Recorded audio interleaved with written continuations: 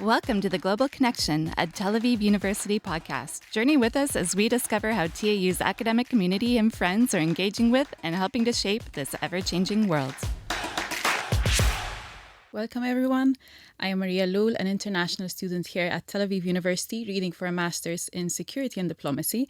And I'm very happy to be joined by Professor Havi Dreifuss today for this episode of the podcast. She's one of the professors in the Department of Jewish History here at Tel Aviv University, and she heads the Center for Research on the Holocaust in Poland at the International Institute for Holocaust Research, Yad Vashem. So firstly, welcome, Professor. Thank you very much, Maria. Thank you for sparing some time to discuss a very salient issue to our time currently, the rise of anti-Semitism. Indeed. I'd first like to start off by asking you to briefly introduce yourself and your research work. Okay, so as you said, my name is Havi, and I'm researching mainly the Holocaust. I have written about Polish-Jewish relationship during the Holocaust. I'm mainly interested in the Jewish perspective during the war and during the Holocaust. So I've written about Polish-Jewish relationship during the war as well as in the aftermath. I worked on different aspects of Jewish experience during the war, Warsaw Ghetto Uprising, not only the fighters but also the civilian population. And now I'm working on two projects. One of them is about religious Jews during the Holocaust. And the second is some kind of a cooperation of 6 scholars from all over the world. We have a scholar from Poland, from Canada, and 2 from the USA, as well as 1 more from Israel, trying to write together one book about the Holocaust in Poland. So those are the main things I'm working on today. And of course, antisemitism is part of my research as being such an important part of what happened during the Holocaust. Of course. So I'd like to start off actually with one particular question before moving on to anti-Semitism. So the massacre that occurred on October 7th has been increasingly discussed as the biggest pogrom against the Jews since the Holocaust. Can you elaborate on the historical context of such a statement? Well, I think that all of us were quite shocked on the 7th of October, and we're even now not really understanding what we're facing, especially as the tragedy is still going on. We still have children and old people and male and women still held by the Hamas in Gaza. So we're still a part of this ongoing process. And I think that it's very human for people to try to understand what is happening to them. So there were many associations. Some of them were referring to the Holocaust because of the experience of people sitting in hiding place for hours, or the horrible photos of burned bodies and things like that. So of course the Holocaust popped, but I think that you're quite right that we should more refer to it as part of a pogrom, which many of the survivors of this horrible event already referred as. And unfortunately, the history of the Jewish people has many different aspects of violence against Jews. So we will still have to understand better what we are facing now, because this is only the beginning. Thank you for that. Now, as I said, we're going to be speaking about anti-Semitism, and I want to speak specifically about the term first. So we know that it refers to the hatred of the Jewish people, but as a term, it's quite young. It was coined in the late 1800s. But the hatred itself, as you said, has been in existence for at the very least 2 millennia. So can you explain kind of like the chronological metamorphosis that anti-Semitism has gone through up to the present day? So actually, you're already placing one of the major questions within the research of anti-Semitism. Is it really the oldest or the longest hatred? Is it more what we see now is more of the same? Or can we see different kinds of anti-Semitism? And there were many attempts to try to categorize. It could be religious anti-Semitism or hatred of the Jews. It could be Muslim or Christian. It could be what is called modern anti-Semitism. You are right that the term anti-Semitism is a modern term, but hatred toward Jews, violence towards Jews, has been part of the history of the Jewish people. Another problem in the term is that it's very, very wide. I mean, if somebody is being called in offensive names, it's anti-Semitism. But if somebody is murdered for his Jewishness, it's also anti-Semitism. So can we really compare things that are so dramatically different? And one of the interesting articles which was published in the beginning of the 1990s was by David Engel, a very well-known American Jewish scholar who researched the Holocaust and many aspects of anti-Jewish violence. And he claimed that he stopped for years using the term anti-Semitism and prefer to use anti-Jewish violence or anti-Jewish riots or whatever, another term anti-Semitism, because it contains too much and it's really difficult to work on. And actually, a few weeks ago, a book which was edited by a friend of ours here in the Department of Jewish History, Scott Uri, and another colleague from the Open University, Professor Guy Miron, both of those professors just edited a book called Antisemitism and the Politics of History, in which they asked various scholars to refer to Engel's question. Can we really refer to this as one term? And actually, I think that the more interesting questions are not if what happened centuries ago and now are the same, but other questions which they place in the introduction. One of them is it more of the same? Or what is the connection between anti-Semitism and other kinds of racism? Or what is between anti-Semitism and criticism about Israel, something that became very relevant now, as well as what is the place of anti-Semitism within the Holocaust? And maybe one of the things that we can learn from the research of the Holocaust is, on the one hand, the importance of the anti-Semitism, but on the other hand, that it's not an answer for everything. I'll give just one example. Today we refer to the Holocaust as a European enterprise. This is a European project. People all over Europe, and not only Nazi Germany, took part in the murder of the Jews. And we know that Jews were murdered in East Europe and West Europe with the help of the local citizen, disregarding the rate of anti-Semitism prior to the Holocaust. So anti-Semitism is very important, but it cannot answer everything, and especially it cannot answer the specific motivation of this or that individual who harmed the Jews during the Holocaust. There could be many different motivations. So I think that the Holocaust helped us to understand how complex this term of anti-Semitism is, referring to the general history and Holocaust studies as well. Thank you for that. My next question will take us what is going on currently. So, as the news unfolded on October 7th and beyond, we saw the return of pro-Palestinian protests or rallies in various European capitals, American cities, and beyond. These protests, or most of them, let's say that, were characterized by a number of chants. So we've heard cries of "Gas the Jews," we've heard the Kaibar chant, we've heard the Intifada chant, and the infamous "From the river to the sea, Palestine will be free." Can you maybe add some context to these chants and in what way they are anti-Semitic? Okay, so I think that for a long time, first of all, some of us thought that anti-Semitism is a problem of the past, that it's something that is going on, and with enlightenment and with education, we are not facing so much anti-Semitism as in the past, although I must admit that for the last 10 years, among friends dealing with not only with the Holocaust studies, but with genocide studies and other aspects as well, more and more scholars started to be more cautious about the existence of anti-Semitism, even in the present and not only in the past. But many thought that it's not such a big deal anymore, and that there are many other kinds of hatred which are much more problematic. Another thing that we could see in the past was the focus on right-wing anti-Semitism, which is many times very violent and very resembles what we have seen in different ways, of course, in different terms, but the right-wing anti-Semitism resembles more what we know from Nazi Germany. We forgot that there is also a left-wing anti-Semitism, which was very much apparent in communist Russia, for example. And what we see now is somehow the emergence of on the one side, left-wing anti-Semitism, on the other side, Islamic anti-Semitism, again, another subject that was well researched by some scholars, some of them here, even in Tel Aviv University, and I'll just mention Meir Litvak.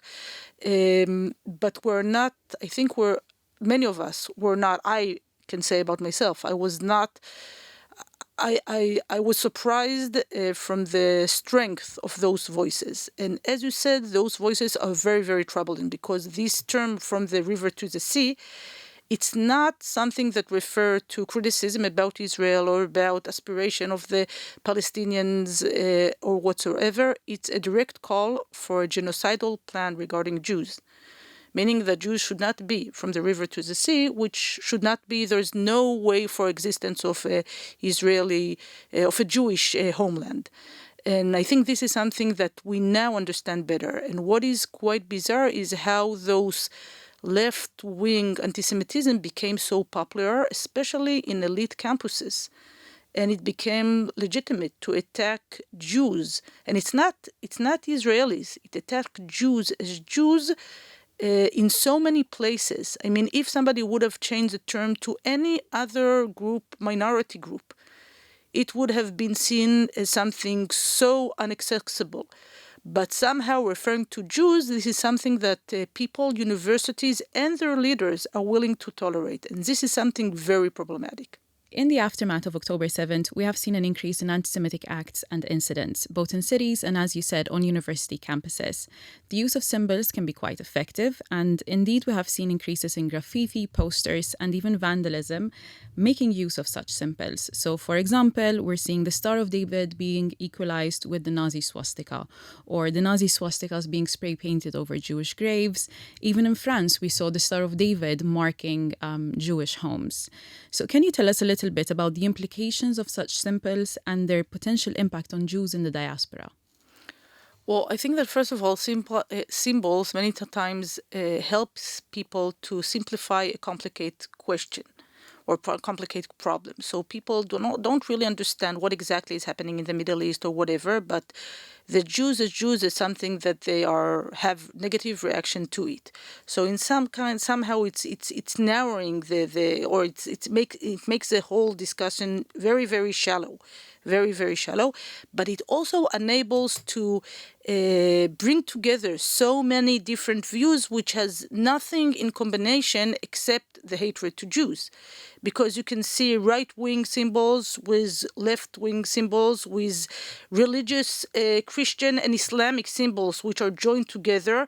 And many of those people will not agree almost on anything except the hatred of Jews.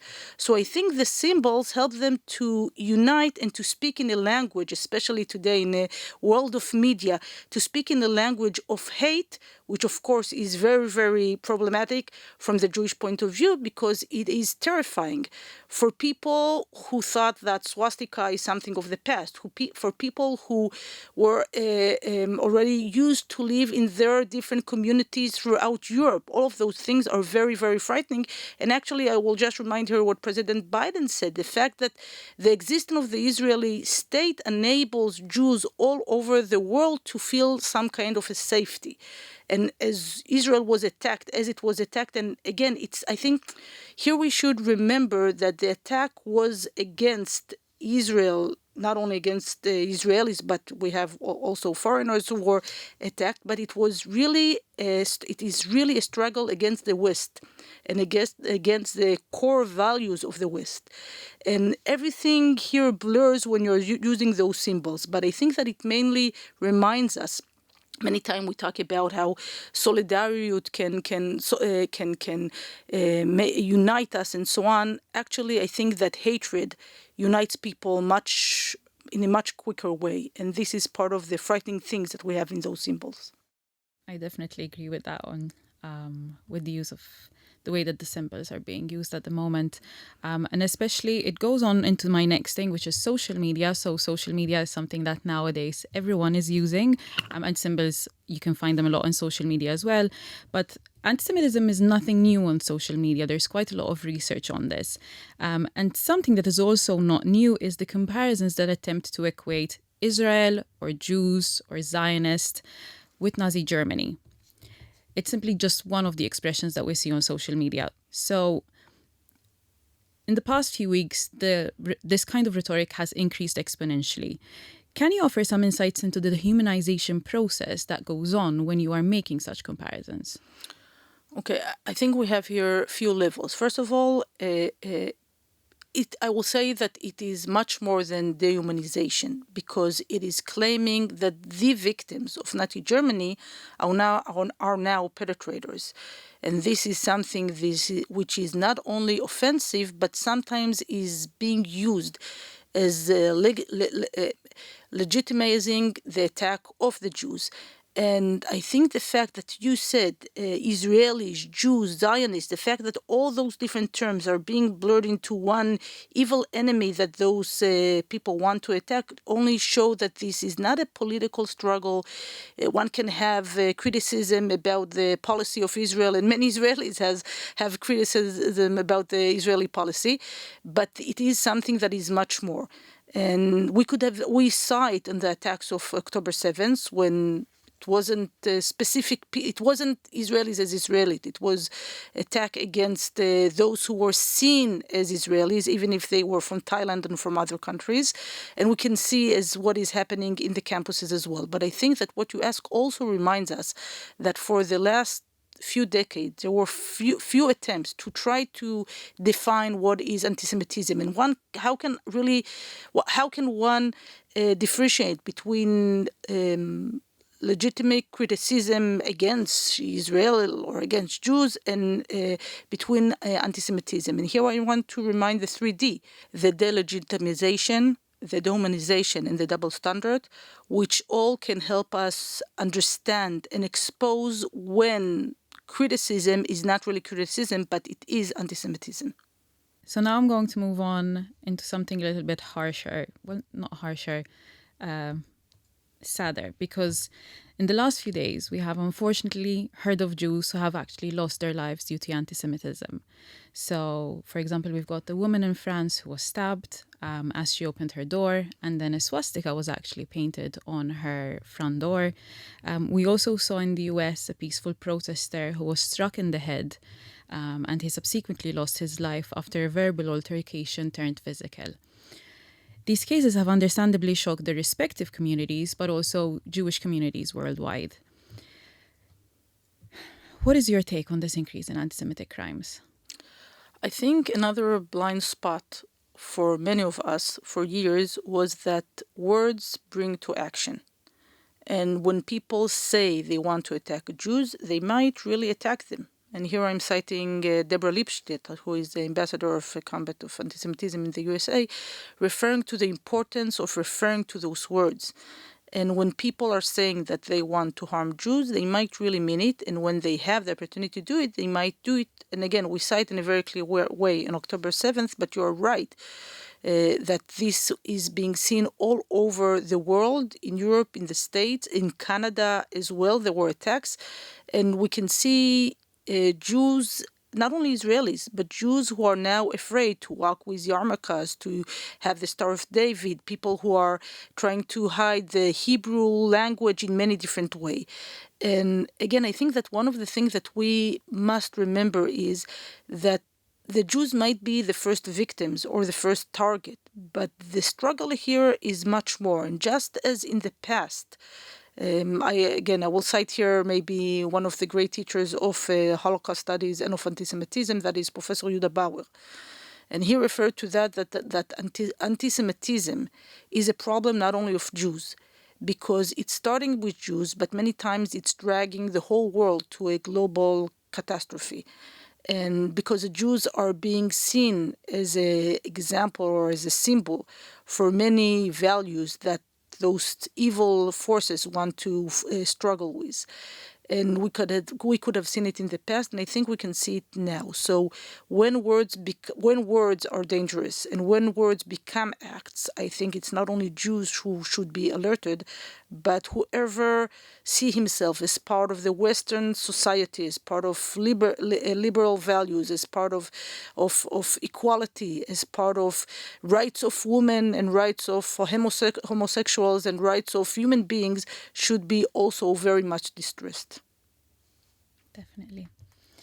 Now, I'll start wrapping up. I only have 2 more questions for you, but I'd like to start off by discussing the potential for a decrease in the anti-Semitism that we are seeing today. So, a number of NGOs in Europe have been collecting data on anti-Semitism in the past few years, and they have noted sharp increases and decreases as the conflict escalates and de-escalates. Right? Now, the latest numbers are actually quite discouraging. They aren't like what we have seen in recent years. But do you think that there is a reason to believe that despite the rise being so big next to previous instances, the decrease will still be to the same effect? Well, first of all, you're right that we can see waves, and whenever there is some kind of a struggle or a peak in the struggle, we can see this expulsion of anti-Semitic attacks and rise of those incidents. I'm an optimistic. As people who believe in humanity, as people who believe in liberalism, I think the only way that we can see any future to those values is with the decrease of those phenomena of anti-Semitism. So it will take, I think, a long time. We're talking here not only about education, but about many, many different steps that should be taken by individuals, by societies, by universities, by schools, as well as by many others. But this is one of the tasks, one of the most serious tasks that we should have, not only as Israeli or Jews, but as human beings, because hatred for Jews is just one symptom of many, much more difficult problems humanity has. And my last question, what is the biggest message you want to get across about anti-Semitism today? I'm not sure that now it's the right time to talk only about anti-Semitism because, as we said, the tragedy is still going on. We have colleagues, friends who are still held by the Hamas in Gaza. We have children, we have families which were torn apart. And first of all, this is something that should be settled. We will have too many deads to bury, and we will have to mourn for that. But if there is one thing we can learn about anti-Semitism from Holocaust studies and from what happened in previous years, is that this is a very complicated term, and it should not be used easily in any way, not as a justification and not as some kind of a category of acts. We should be very, very careful using it, understanding it, and analyzing it, because anti-Semitism really includes many different things. And in order to fight anti-Semitism, we must understand it, and we must understand that it is much more complicated than sin. So I would not use anti-Semitism as a slogan, as more as something that should be learned very, very carefully in order to make our future as Israelis, as Jews, as human beings, a better one. Thank you, Professor, for being here with us today for this episode of this podcast. We really appreciate your input as to the current rise of anti-Semitism and the historical context at play here. So thank you for being with us. Thank you very much, Maria. Thank you.